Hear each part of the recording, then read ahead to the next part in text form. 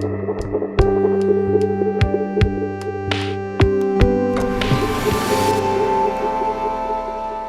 my name is Émilie Poirier, and I'm the head of short film here at FNC, and I'll be your host for this Q&A. You've just watched the program number 1 of the international competition, and in this program, you've watched Heaven Reaches Down to Her, the Tebogo, Malebogo, Sundog from Dorian Jespers, The End of Suffering, a proposal by Jacqueline Lentzou, Towards Evening, the Teymur, Hajiyev, Run hums a lullaby to pain, the Leonardo, Mouramateus. So with us today, we have Tebogo, Malebogo. Hey. Hi everyone, how's it going? We have Teymur, Hajiyev. Yes, it's me. And Leonardo, Mouramateus. It's me. Thank you guys. Thank you guys for accepting our invitation. I know it's weird to do a Q&A during COVID and not like in physical screening. So thank you so much for taking this time with us.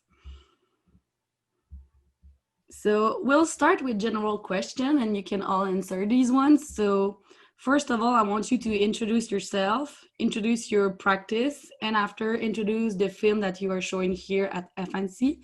And we'll start with Tebogo. So I'm Tebogo. Malebogo. I'm a writer, director, and I also produce most of the films that I make. And my film, Heaven Reaches Down to Earth, we actually shot it this year back in March, right before South Africa went into lockdown because of COVID.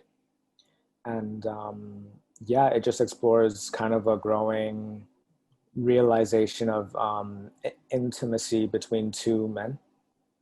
And we're just really honored to have it screen here with you. Thank you. And is it your first film, second film? Like, what is your practice around cinema?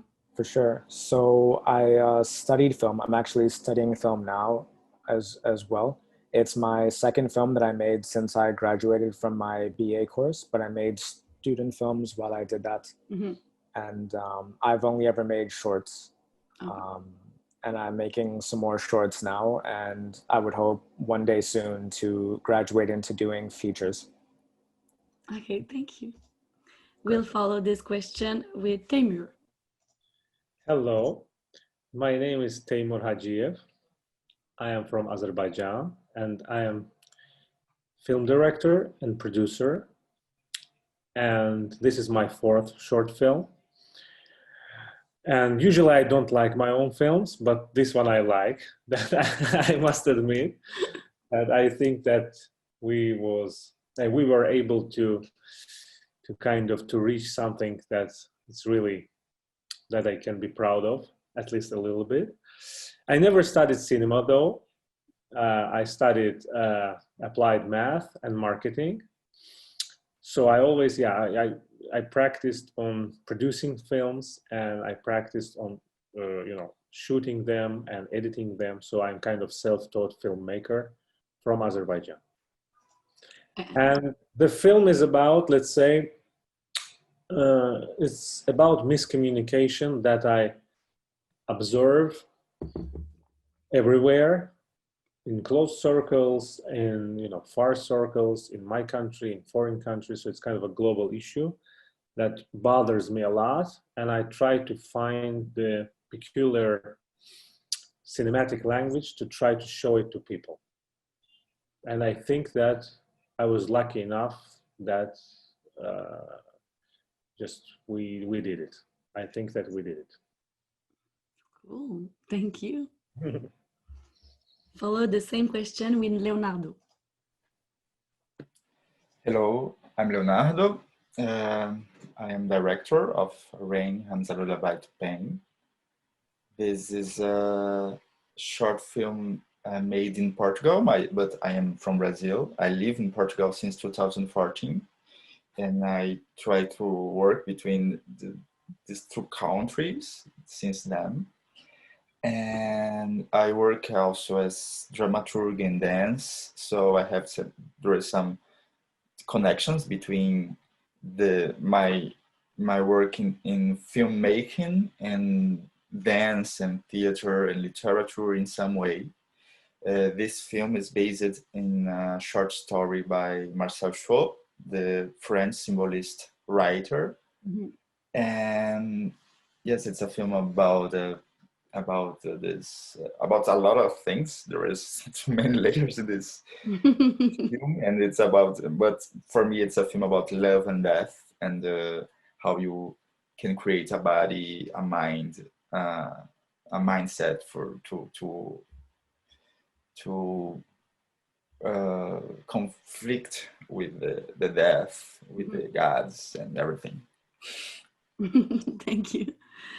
The second general question is like, what interests you in fiction and cinema?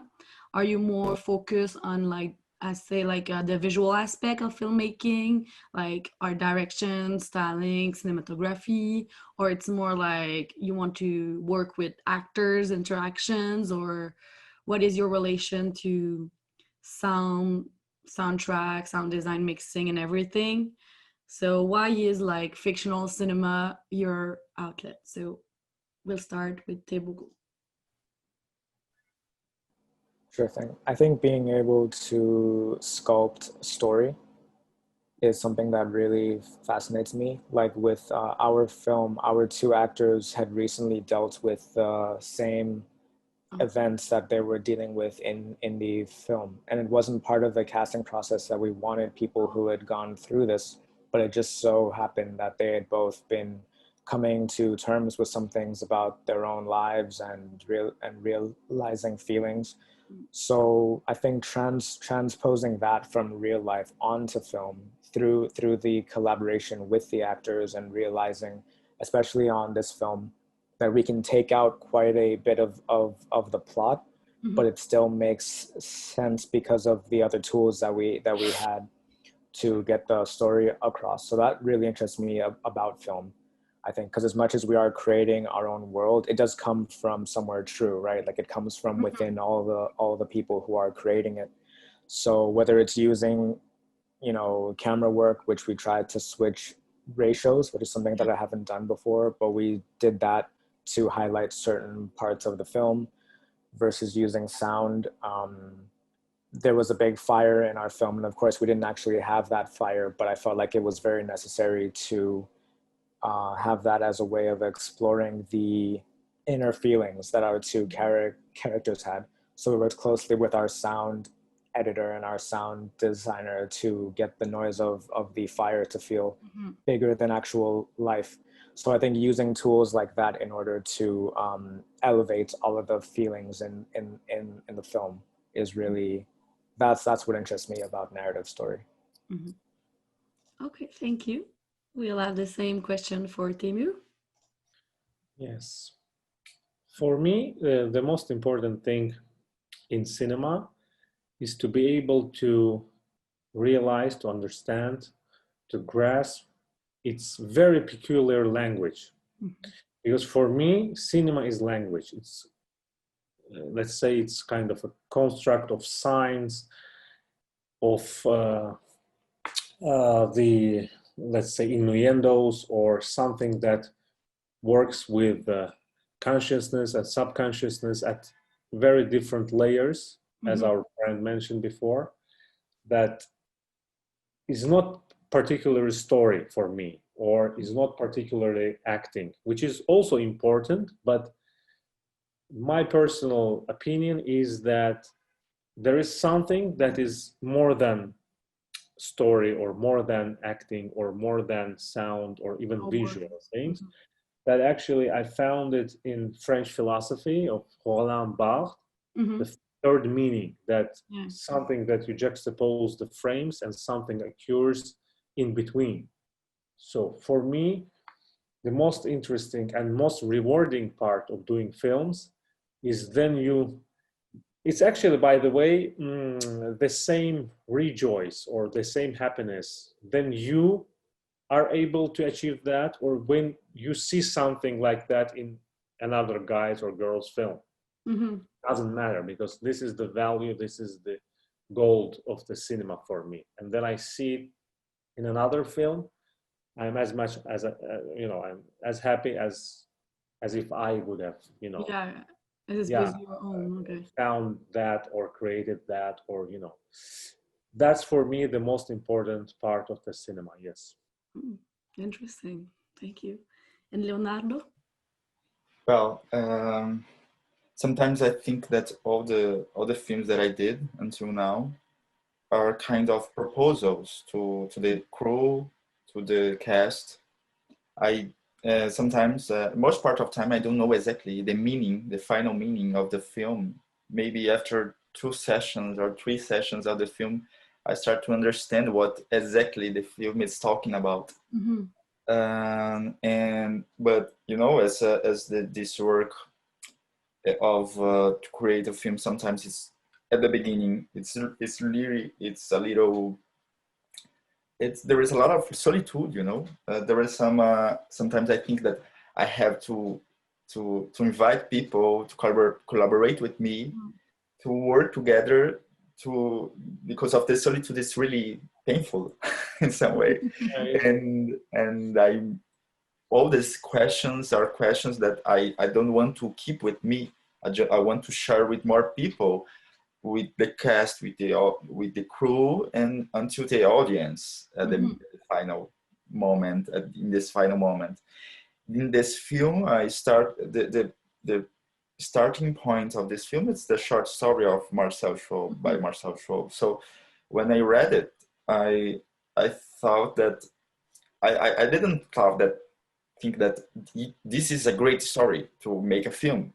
No, I think that what I felt was a kind of, I want to share with more people the feeling that I had when I read it. So if some person watch the film and have the curiosity to read this short story, it's enough for me. Cool. And can you explain us a little bit what the short story is about? The film is the short story. The Marcel Schwab story. It is a little biography, imaginary biography of Tito Lucretius Caro. He's a great poet from ancient Rome, and really known and important for the person, for everything that history, yeah. That it's the Western civilization. What we are thinking about exactly right now. It's influenced in some way by this guy, and I think the point of this film is that this is not the Lucretius as everybody knows him, as the great poet. He's a man with a lot of fails in a complex relationship with Isa, his partner, and there is some depression feeling that is going between them. And the film, it's about this, maybe how how Lucretius can change after all this depression, the way that he will find again the light. Yeah. So these dark moments. Thank you. I will go into more specifics about each of your films. So Tebogo, what inspired you, that story? I know it's not a very narrative and everything, but what inspired you to make this film, particularly with this story that is really beautiful?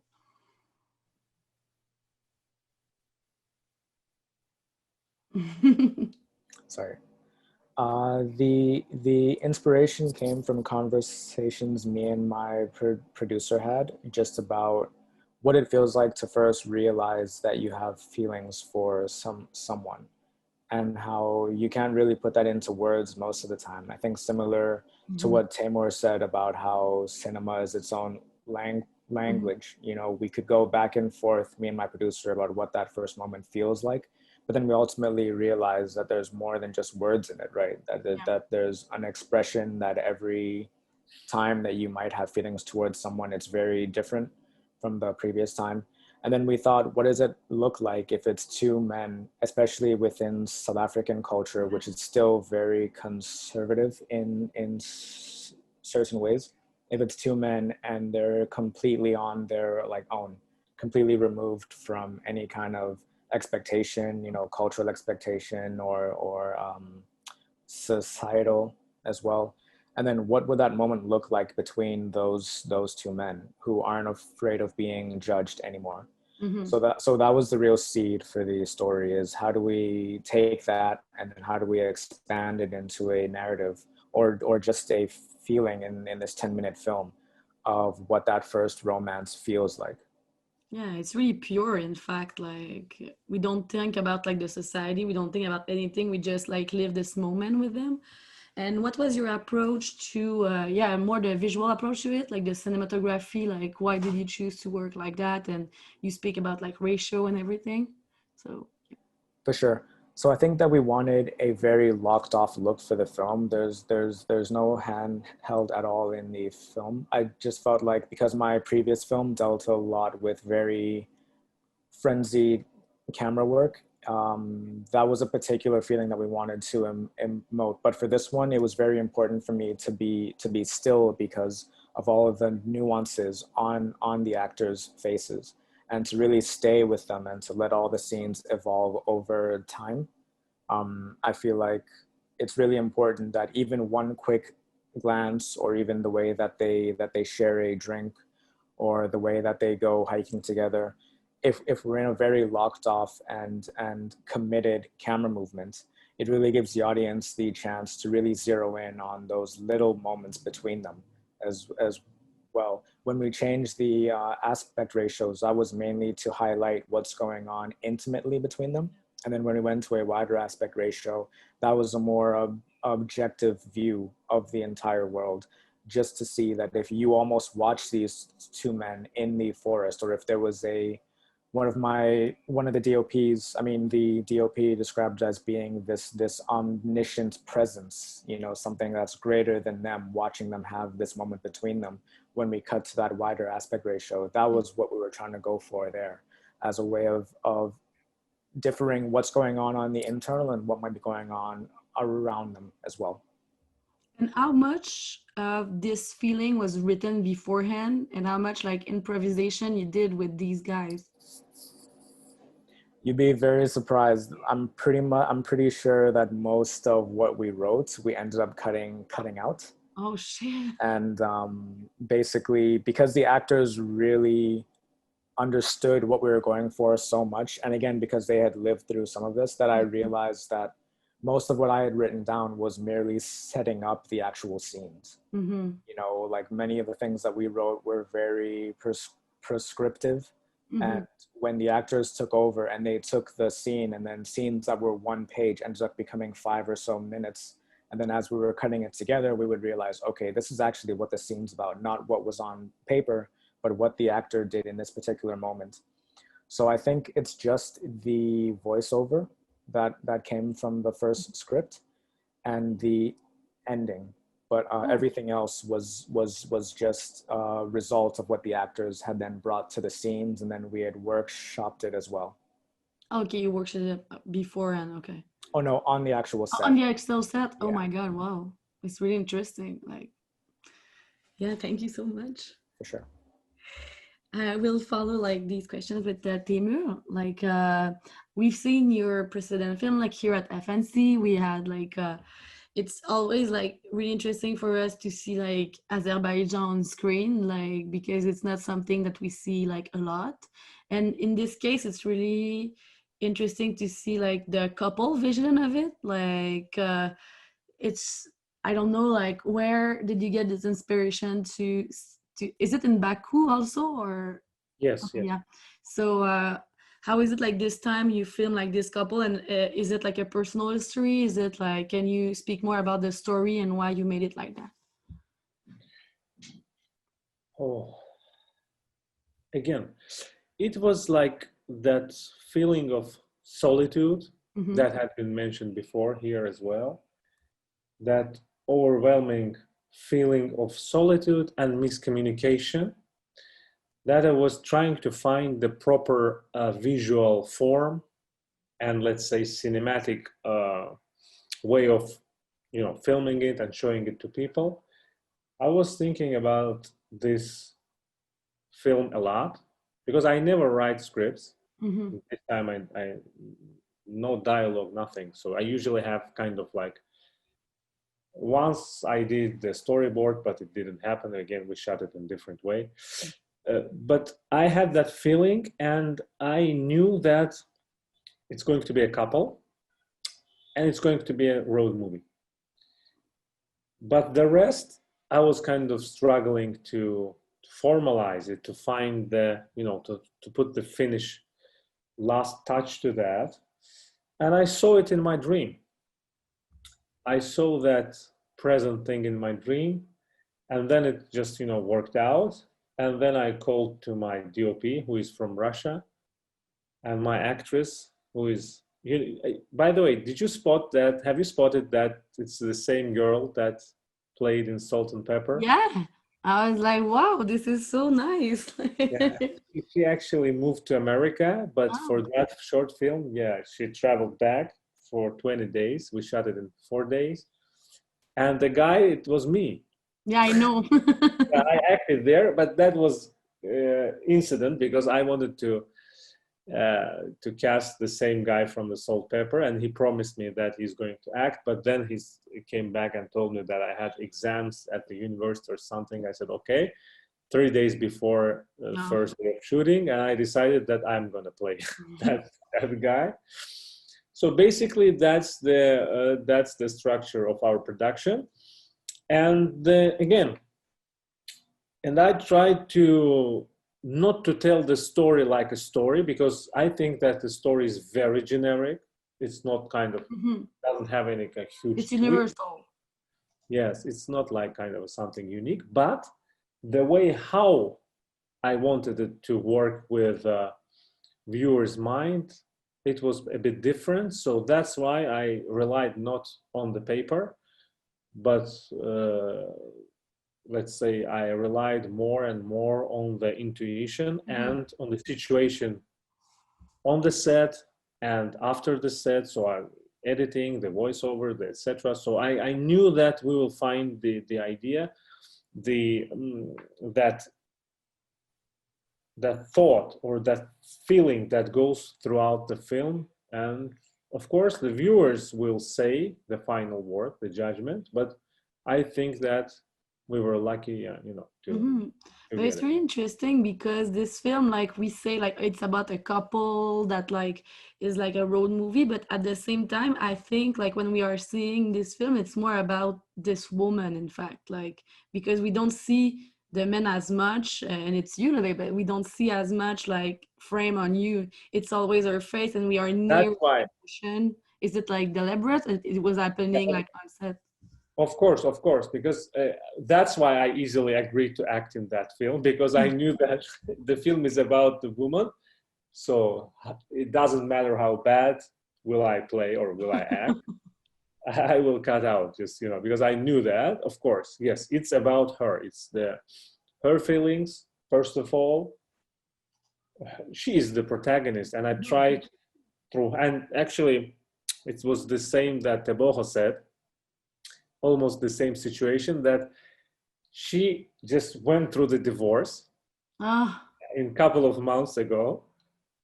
And that was just, she was that woman in her real life. She just came devastated emotionally. And we were talking in car about different things. I didn't record sound in the car, but I tried to catch the emotions, first of all. But then after that, with a calm mind, we just talked in a different car, in a silent place. We recorded totally different and totally improvised conversation about her life, about her past, about her thoughts, because then because I hate listening to the artificial voice, or especially in my own language, which I of course obviously know. And I cannot I just don't I will just cut it out. That's it. That's why and it's common problem, at least in our countries, that then you give somebody the written text.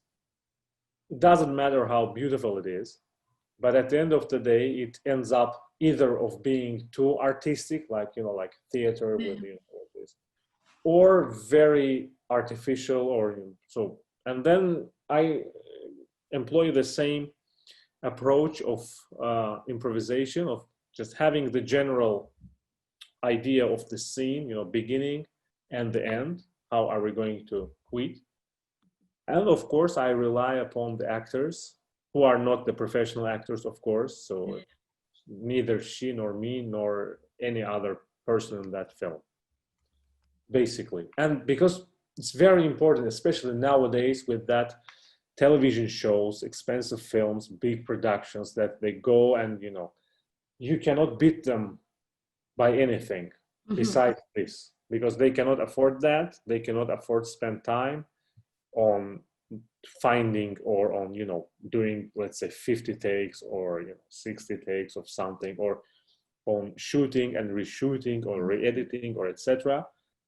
But we can, at least we don't have money, but we have time. So we can at least try to experiment. And actually, again, as my experience tells me, it is rewarding. So it's going to be rewarded for sure. So that's why the more I shoot the films, the more I see that it is the way to find something, that third meaning or the jewel or whatever you can call it, that value, that it is there, but you have to go and get it. Yeah. And also, like, because it was so like improvised and feel of the moment, how you manage like the sound after, like, because you said like the discussion on you're not really in your film and everything, so how you approach the sound after all of that? Yeah, that was hard actually, because obviously we were a very small team in the car, a DOP and his assistant and two actors, me and her. We didn't record sound there. We did record sound in other places, but at the end of the day, most of the dialogues were recorded in a different places. Most of the sounds, I knew that, because I knew that I cannot afford super professional sound team with different car. I realized that it's not going to work. I can't afford it, because basically I funded this film myself with the help of public television. So 50-50 we paid for that film. I knew that I cannot afford huge professional, expensive crew. That's why I decided that I'm going to, and that's good that I knew it, of course, before. And I but thought about that film beforehand. Knowing all the production restrictions that we're going to face. That was creatively. Yes, I proactively thought about that. And that's why I decided and prepared everything that we're going to do the sound later. Not everything, but the major things, the dialogues, let's say the poem, the confession of her, the past things, everything regarding the most important things in dialogue was not recorded on set. That's it. And I know that, and that's why it's the same pattern that I utilized in Salt, Pepper to Taste. Then you don't see the person talking. You see the reaction all the time. That's the thing I'm working on, and I like it. I'm trying to find new forms of it, and it has its own production, let's say, ease for us very much, because again, it's very hard to have super professional and expensive crew, but at the same time, this artistic restriction gives a lot of freedom, both in expression of very thin inner things within the scene, and production wise, it gives you immense opportunities after, because you don't have that lip synchronization. Basically, you can totally change the dialogue after. Totally, you can start with they are fighting, and then you ended up they are talking about politics or expressing love each other, whatever you want, with a frame of emotion, of course, but it's very rather than having that exact words putting it. So both of these things helped me a lot, of course, because we were shooting it in a very, very limited with very limited resources and with huge restrictions, which at the end of the day helped us a lot artistically. Yeah, push you. And like Tebogo and your stuff, I think your method of like working let like the viewer breathe in your story. Like you don't like shove us like things in the face. You help us like just to live this moment, this ambiance, like this moment. So like it's really cool because there's so much like air and breathing in your films, I think. And maybe it's because you work that way and you let like improvisation and set help you to work. I think it's really interesting. So thank you guys. We'll follow like with Leonardo. So for you, like there's so many layers in your film. Like we have like this free adaptation of like the Lucrèce poet, like in French. So like this really like a nice symbolist writer.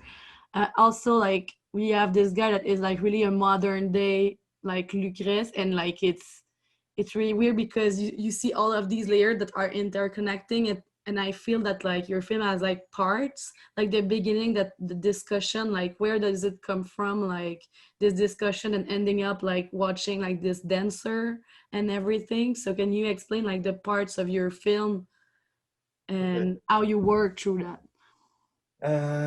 Well, first I was thinking about all the affections that I had to make this film, because you asked this, and I was thinking how I try to compose a kind of tapestry or with all the affections that I had in the moment that I read it, this short story, because I try to, sometimes I think that I have just to be honest with myself, with all my affections, to start to make a film. Because if I have something in my mind, this film should be this way, it will be artificial in some way. The film, it's only an opportunity to make this tapestry with my friends and the people that I'm work with. And sometimes I think that this film is only opportunity to see Mauro Soares, the actor and the scriptwriter of the film, talking with Isabel Zua. She's a great actress that I never had to. It's my first time working with her, and I like the way that people moves and how Daniel dances, and all these movements, these gestures. For me, it's enough for me. It's enough to make a film, Yeah, totally. I think that I don't have to have a lot of layers in a film to just to shoot them dancing or talking. But I had some layers in this film, not only personal layers about my feelings about love and death and everything, but also some kind of changing of point of view because I was touching a classic of literature from Europe, Western civilization, and I'm like a Latino guy from the suburbs of Fortaleza in Brazil, and I know that there is some kind of I tried to not to be exactly a good guy, to make a classic adaptation. I wanted to put some ideas from nowadays that connects in some ways with the ideas from these days in ancient Rome. um, feelings about race and about Yeah. gender and about Social manage, class too, like. about power, Mhm. about women, about some stuff. You know, you don't have to. Sometimes I think that you don't have to watch the film and try to uh, understand all Mhm. these layers, because for me, even for me, it's sometimes I watch the film and I understand something that I didn't understand Yeah, but before. that's the thing. It's really rich because of that. You don't need to understand it like fully the first time. Yeah. There is some kind of mystery that if I knew exactly what I wanted to do, I didn't do this film. You know, Hmm. I did, and for me, it's like this mystery is part. Maybe it's the most important affection to make Hmm. this film. And this kind of and the part the short story is it's not a there is no dialogue in the short story. No, It's no. only Marcel Schrob talking about this guy at the when he was a teenager and after when he moved came back to his home. And even the character of Isabel Zua, there is no name. It's only the black woman. Okay. So all these gaps are opportunity to me to feel Imagine. in some Yeah. way, and to make this a little more deep, deeper. And because and I like I think this when I was talking about it, I'm a Latino American guy in Europe and everything. It is exactly in these gaps that I want to try to to To feel work. Hmm. my own subjectivity. Hmm. When we try to make the dialogues of the film. I worked with Mauro in these dialogues because even my Portuguese is from Brazil, it's not from Portugal. And people talk in Portuguese from Portugal, but with some syntaxes from Brazil. So there's Oh, some, wow. it's something that it's crazy because there is some words or some construction in the phrases that it's not exactly how the Portuguese people talk. But this kind of opportunity, it's Great. I have this opportunity because this is not in ancient Rome. This is not Italy at all. This is not France. This is Hmm. not. This is. It's. We are shooting a film in an artificial way in a studio in Lisbon and in Tapada de Mafra and in Portugal. And I have all this game is part as a is part of the discourse of the film, Hmm. and it's a game. It's a Yeah. game. It's not only about the thematics inside, but it's also about the construction of the film itself, because they are they have the same the material, Yeah. Yeah. Yeah. the game and the theme of the film is the same. Yeah, it's really interesting you say that because you put words into what I was feeling. I was like, this is not like a typical Portuguese film. And also like your characters in the film are uh struggling, not struggling, but between like the natural experience of life and the emotional experience. So for me, there's like many, not paradox, but like things that are not fighting, but like they are not supposed to be together. But it's really interesting, like your way of filming and the discourse in it.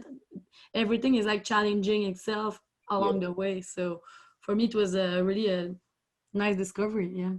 Yes, and at the beginning, for me, it was a radical. I try to just to talk about nowadays. Everybody talks about how um, the people that there's no connection with the mystics Mhm. anymore. Yeah. Sometimes we meditate and everything, But but everybody is have fear and fear of death. mhm. even nobody is religious or thinks about mysticism or God or something. Everybody feels the same at the beginning of the times. Mm-hmm. And even Lucrecio has this pain inside of him, because even and he knows about the death of his body, the death of his love, and he hurts in pain because Mm-hmm. death makes him crazy. Mm-hmm. And it's this feeling of trying to live the life with this pain, Yeah. that I try to in some way to offer to the audience, you know. It's I think that this is not a great statement, because this thematics is really big. Mm-hmm. But maybe if you have the opportunity to see some people talking in a loud speaking, and to create images that connects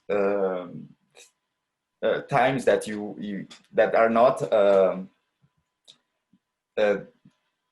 connected, Mm-hmm. can think a little bit more about all this situation. Mm-hmm. Thank you so much. It was really interesting, guys. So, any last words you want to share about your film with us? No, you're all shy. So I'll say, like, thank you so much for being here with us to discuss your film. And also, it was a pleasure to present them together. So I'm really happy that you've accepted like our invitation. And for the people that watch this film, thank you so much. And if you like this program, please don't be shy and share it on social media. Everything will be online until October 31st. So feel free to discover other films and program on the FNC platform. So thank you so much. Thank you so much, and thanks for having us. It's been great.